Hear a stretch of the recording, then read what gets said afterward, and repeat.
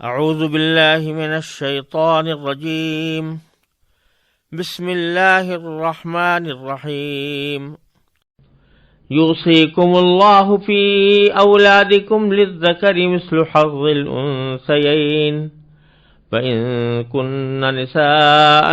فوق اثنتين فلهن ثلثا ما ترك وإن كانت واحدة فلها النصف وَلِأَبَوَيْهِ لِكُلِّ وَاحِدٍ مِّنْهُمَا السُّدُسُ مِمَّا تَرَكَ إِن كَانَ لَهُ وَلَدٌ فَإِن لَّمْ يَكُن لَّهُ وَلَدٌ وَوَرِثَهُ أَبَوَاهُ فَلِأُمِّهِ الثُّلُثُ فَإِن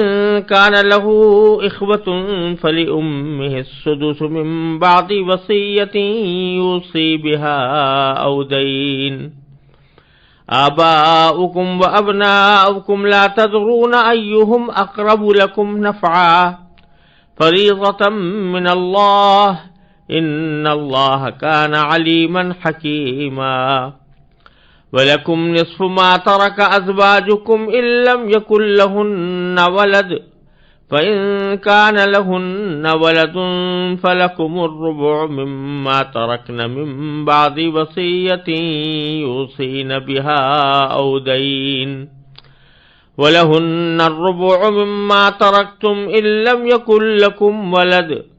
فإن كان لكم ولد فلهن الثمن مما تركتم من بعد وصية توصون بها أو دين وَإِن كَانَ رَجُلٌ يُورَثُ كَلَالَةً أَوِ امْرَأَةٌ وَلَهُ أَخٌ أَوْ أُخْتٌ فَلِكُلِّ وَاحِدٍ مِّنْهُمَا السُّدُسُ فَإِن كَانُوا أَكْثَرَ مِن ذَلِكَ فَهُمْ شُرَكَاءُ فِي الثُّلُثِ مِن بَعْدِ وَصِيَّةٍ يُوصَى بِهَا أَوْ دَيْنٍ غَيْرَ مُضَارٍّ وَصِيَّةً مِّنَ اللَّهِ واللہ علیم حلیم تلک حدود اللہ ومن یطع اللہ ورسولہ یدخلہ جنات تجری من تحتها الانہار خالدین فیہا وذلک الفوز العظیم ومن یعص اللہ ورسولہ ویتعد حدودہ یدخلہ نارا خالدا فیہا وَلَهُ عَذَابٌ مُّهِينٌ۔ ان آیات کریمہ میں اللہ تبارک و تعالی نے میراث کے اہم احکام بیان فرمائے ہیں، اور جیسا کہ اس سے پہلی آیت میں یہ بتایا تھا کہ مردوں کا بھی میراث میں حصہ ہوگا اور عورتوں کا بھی ہوگا، یہ انقلابی حکم سب سے پہلے اسلام نے دیا تھا کہ عورتیں بھی میراث کی حقدار ہوں گی۔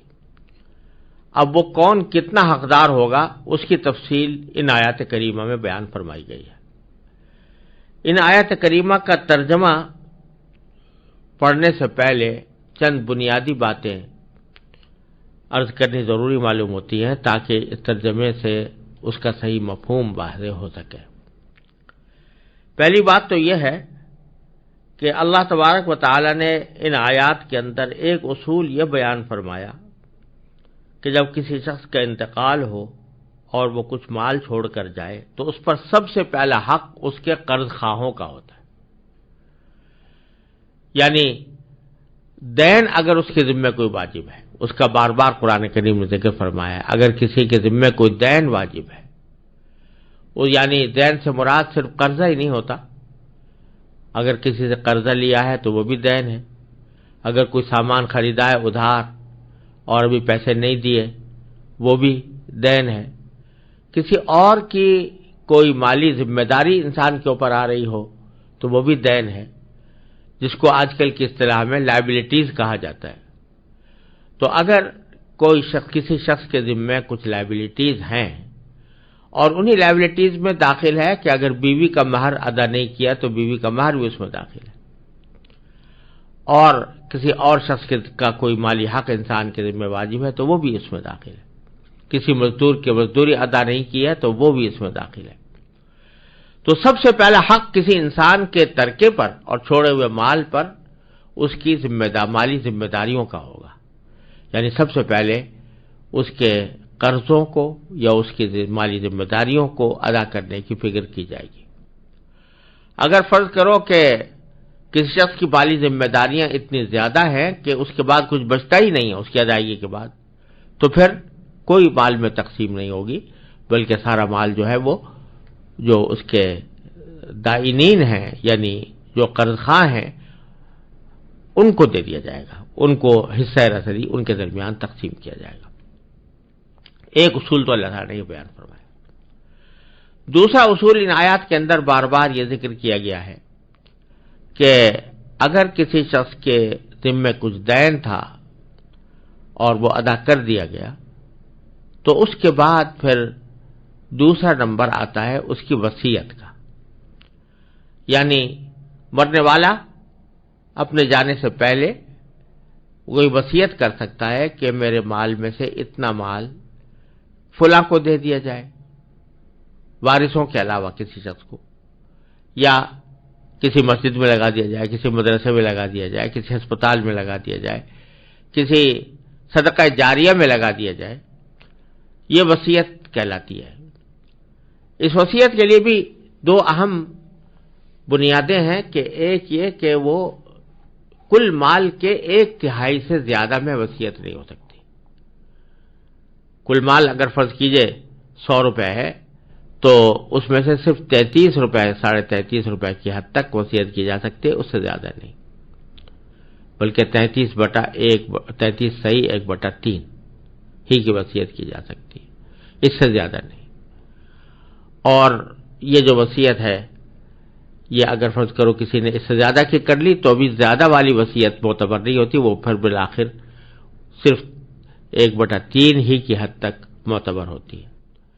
دوسرا یہ کہ وصیت کسی وارث کے حق میں نہیں کی جا سکتی، وارث کی حیثیت تو اللہ تعالیٰ نے خود متعین کر دی ہے، لہذا کسی وارث کے حق میں وصیت نہیں ہو سکتی۔ ان شرطوں کے ساتھ جب کوئی وصیت کی گئی ہو تو انسان کے ترکے پر دوسرا حق اس وصیت کا ہوتا ہے، یعنی دین کی ادائیگی کے بعد مالی ذمہ داریاں ادا کر دینے کے بعد اگر کوئی مال بچ رہا ہے تو اس میں سے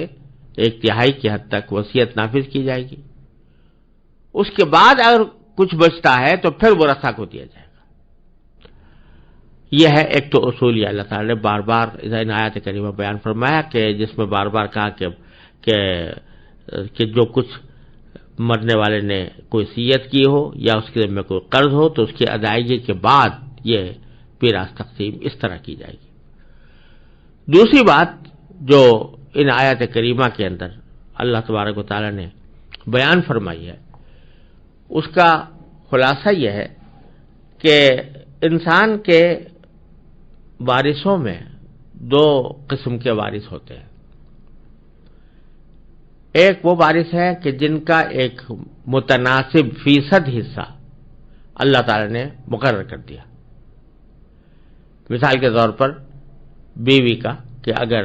کسی شخص کا انتقال ہو اور اس کی بیوی زندہ ہو اس کے انتقال کے وقت تو اس کو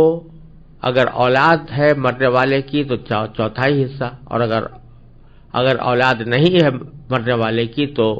1/4 حصہ، اور اگر اولاد ہے تو 8واں حصہ دیا جائے گا، جیسا کہ ابھی آیات کے اندر آئے گا۔ اب یہ خاص حصہ مقرر کر دیا اللہ تبارک و تعالیٰ نے بیوی کا۔ اسی طرح شوہر کا بھی خاص حصہ مقرر کیا گیا ہے، بعض صورتوں میں بہنوں کا بھی کیا گیا ہے، بعض صورتوں میں بیٹی کا بھی کیا گیا ہے، بعض صورتوں میں ماں اور باپ کا بھی کیا گیا ہے۔ تو یہ کہلاتے ہیں ذوی الفروض، یعنی وہ لوگ جن کے حصے اللہ تعالیٰ نے مقرر کر دیے، اس میں کوئی کمی بیشی نہیں کر سکتا۔ اب اگر کسی کا 4/4 حصہ کہا ہے تو 4/4 حصہ اس کو ملے گا ترکے کا، اس سے کم بیش نہیں ہو سکتا۔ 6واں حصہ کہا ہے تو 6واں حصہ ملے گا، اس سے کم زیادہ نہیں ہو سکتا۔